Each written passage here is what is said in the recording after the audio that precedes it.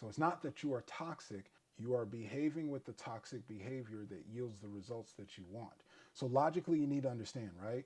Something happens and you're not getting, this is what it actually looks like. Something happens and you're not getting any behavior that you want out of her, X, whatever it may be. You want this behavior from her, cook for you, be nice to you, cater to you, whatever you're looking for, suck and fuck you down, whatever. In that time frame, you have not been exclusive to her. You have brought up conversations of wanting to connect with other women. You have broken up with her, gotten back with her when you felt like it. You have given her sex when you felt like it. The toxicity is how self-centered you are. The toxicity is, I don't really feel like this. I'm not going with that. I can't give you a relationship. I'm worried about having babies. I can't. Everything was self-centered about you.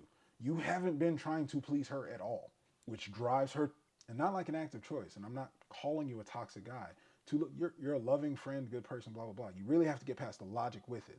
And if you look at your behavior, you gave her all the clear indicators that she is not good enough. You gave her the daddy energy. That's what they need if you want to keep them around. So every woman, even the bad one, even the one that drives you crazy, even the ones you want to marry and have kids, and especially once you get them, because it's fucking hypergamy.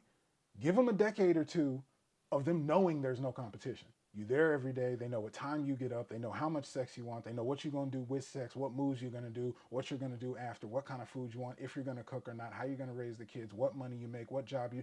There's no mystery. There's no surprise. For a woman, the story, they fall in love with the story. It's not necessarily even like what we do for them. We give them life to engage with. We give them a love story to fall in love with. Men love because you're good to me, you serve me, logical, pragmatic, you're of value to me, I'm gonna love you back. We're in love for that. We'll usually stay because we see your potential, we logically remember how long you've been good. It just makes sense. It's simple. Feminine, they love the story. They love the drama.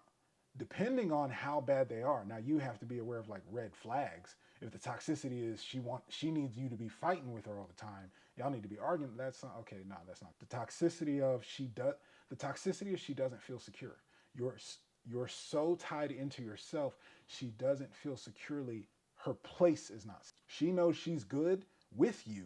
She is secure with you, but she doesn't know if she has your heart. And this is not logic. They do not think about this. They feel it. So they can't articulate it. They can't talk about it.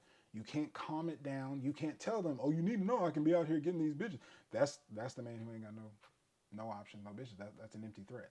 If you have to speak to it, if she has to enter the space of logic, period. So back to what I was saying, we're talking about hypergamy as the whole thing that triggers it all. In the 80s and 90s, there's no online, there's no internet, there's no dating apps, there's no Instagram. You can't see the ballers in Dubai, you can't see the sheiks, you can't see what all the other women are, because they're social creatures. If you're the football jock, if you're the frat guy, if you're the boss at work, the manager, if you have an authority amongst the tribe or village, which is usually no more than 150 to our human brains, like as much as we've evolved, and if you're a popular of value catch, the best she feels she can get in the market, she gives you that value and wants to compete and lock that down.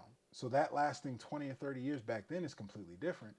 Now, everyone, even the ones in marriages, they can see what's out there. They can see the entire world. It is a global, and inside of that level of competition, and they don't process that just because they get access to dick, which they always do, oh, they have a chance. No, you're not being dated or courted, you're being dicked. But that doesn't grasp for them. So their hypergamy, the level of competition needs to be settled. If they don't feel like there's competition for you, if they don't see other women wanting you, if they don't feel other women wanting you, if they feel you under their thumb, and they're not intentionally doing it. So you can't get mad at them, you can't argue with them, you have to be on top of your shit to do it right.